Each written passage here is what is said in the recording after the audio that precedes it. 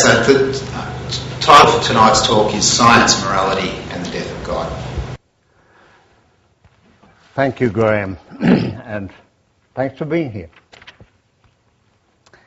Back in 1922, American essayist H.L. Mencken wrote a little essay titled Memorial Service. Here's how he began. Where is the graveyard of the gods? What lingering mourner waters their mounds? There was a day when Jupiter was the king of the gods, and any man who doubted his power was ipso facto a barbarian and an ignoramus. But where in the world is there a person today who worships Jupiter? And what of Huitzilopochtli? In 1 year, and it's no more than 500 years ago, 50,000 youths and maidens were slain in sacrifice to him.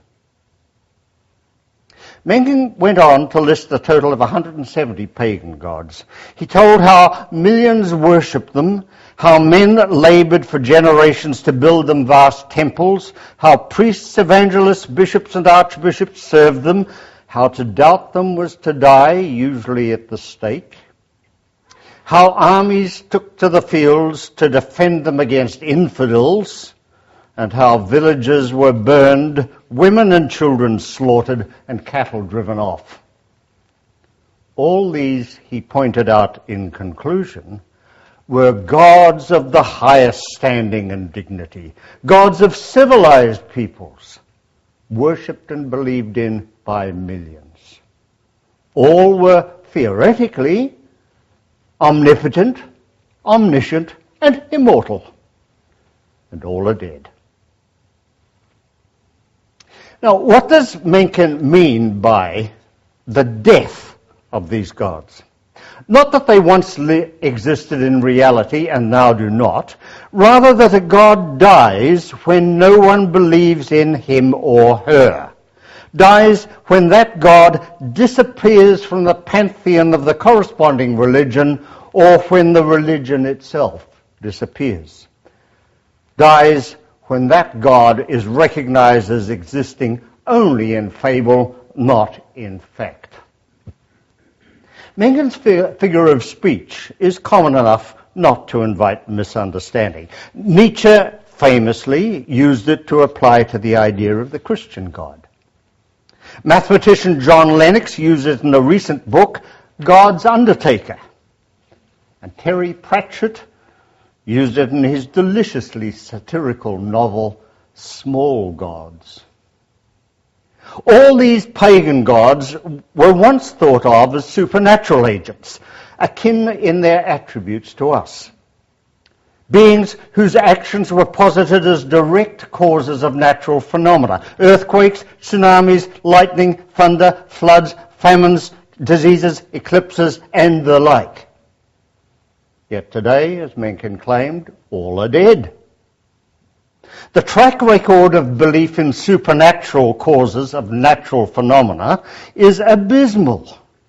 It persists only among those credulous enough to believe in ghosts, poltergeists, and the like.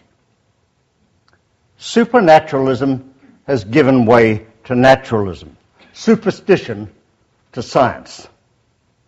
What philosophers call methodological naturalism now plays the role in science that methodological supernaturalism, so to speak, played in pagan religions. The gods mentioned by Mencken have lost whatever epistemic credentials, whatever evidential base and explanatory power they were once thought to have. The same holds for their moral credentials. Most of the demands these gods imposed on their followers are now viewed with repugnance: human sacrifice, temple prostitution, slavery, etc. As are the barbarities their followers inflicted on the devotees of rival gods: indiscriminate slaughter, torture, persecution. The cruel commands of these gods are no longer obligatory for us. The Huitzilopochtlis of religion are dead and buried, and the world's better off for that. We have no reason today to believe in the existence, let alone the causal efficacy or the moral imperatives of any of the gods that made it onto Mencken's list.